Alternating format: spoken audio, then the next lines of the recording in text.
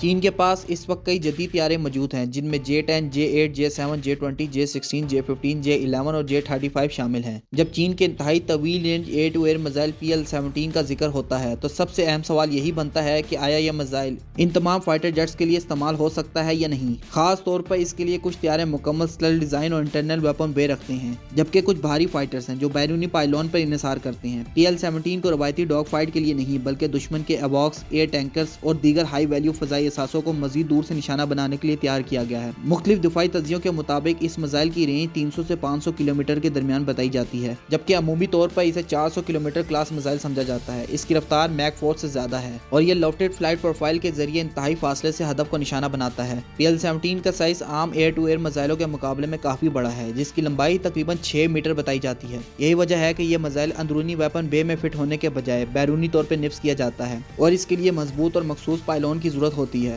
ہر fighter craft اس وزن اور stress کو برداشت کرنے کی صلاحیت نہیں رکھتا۔ اگر مختلف چینی فائٹرز کا جائزہ لیا جائے تو واضح ہوتا ہے کہ J-8، J-7 اور J-10 جیسے ہلکے طیارے PL-17 کے لیے موزوں نہیں ہیں۔ J-15 چونکہ کیریئر آپریشنز کے لیے بنا ہے، اس لیے اس پر بھی یہ میزائل عملی نہیں سمجھا جاتا۔ J-20 اور J-35 اگرچہ جدید سٹیلتھ فائٹر ہیں، لیکن PL-17 کا بڑا سائز ان کے اندرونی ویپن بے کے لیے موزوں نہیں اور بیرونی طور پر لگانے سے ان کی اسٹیلتھ ختم ہو جاتی ہے۔ حقیقت میں دیکھا جائے تو J-16 وہ واحد چینی فائٹر ہے جو PL-17 کو مکمل موثریت کے ساتھ استعمال کر سکتا ہے، کیونکہ اس میں ہیوی ڈیوٹی پائلون، جدید رڈار اور لانگ رینج ڈیٹا لنکس موجود ہیں۔ J-11 پر بھی یہ میزائل لگایا جا سکتا ہے، مگر جدید سینسر اور نیٹ ورک صلاحیتوں کی کمی کے باعث اس کی موثریت محدود رہے گی۔ خلاصہ یہ ہے کہ PL-17 ایک اسٹریٹجک لانگ رینج میزائل ہے جو ہر فائٹر کے لیے نہیں بلکہ خاص طور پر بھاری اور جدید پلیٹ فارمز کے لیے بنایا گیا ہے، اور عملی طور پر اس کا بہترین اور مؤثر استعمال J-16 کے لیے ہی ممکن نظر آتا ہے۔